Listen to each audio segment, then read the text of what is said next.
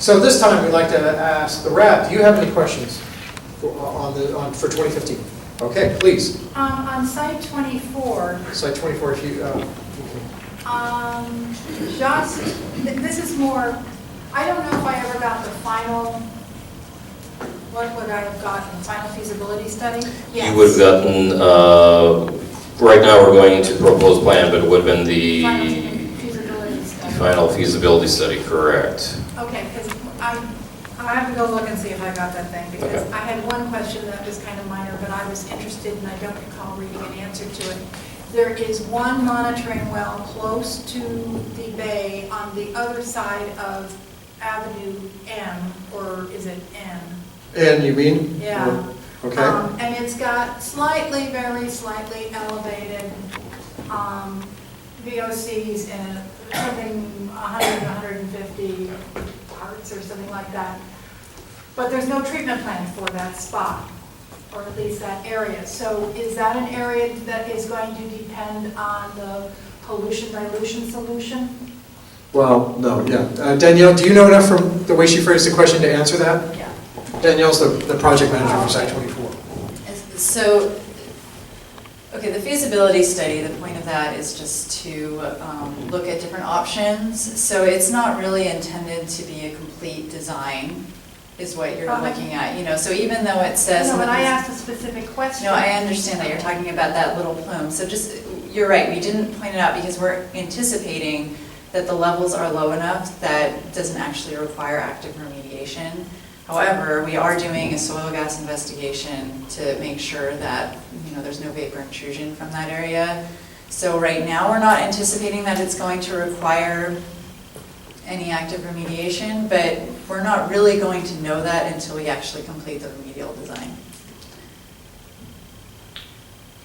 But if it isn't in the remedial design, you wouldn't address it, right? Well, we haven't done the remedial design yet. So the feasibility study is just, it's really kind of a 1,000-foot view of potential, I understand. and that's why we do that to develop cost estimates, so that, you know, we expect that this treatment area is going to be, you know, XX acres, and therefore it's going to cost, you know, YY amount, right? And so that's why it's really not intended to be a complete, this is exactly what we're going to do. That really isn't going to come out until the remedial design. Now, if we do decide that that area does need remediation, we're going to remediate it the same way we're going to do the rest, which is likely going to be with ZBI.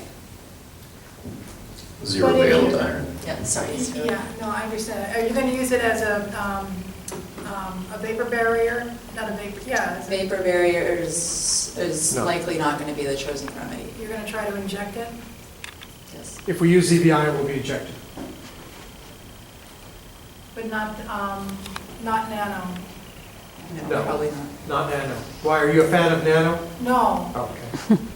When you first described this whole thing, I thought it was great. I read some of the reports. It sounded really good. And then I got to reading other reports that said there was backing up out of the injection wells. Curtis had it backing up out of his injection wells. He was causing soil heaves.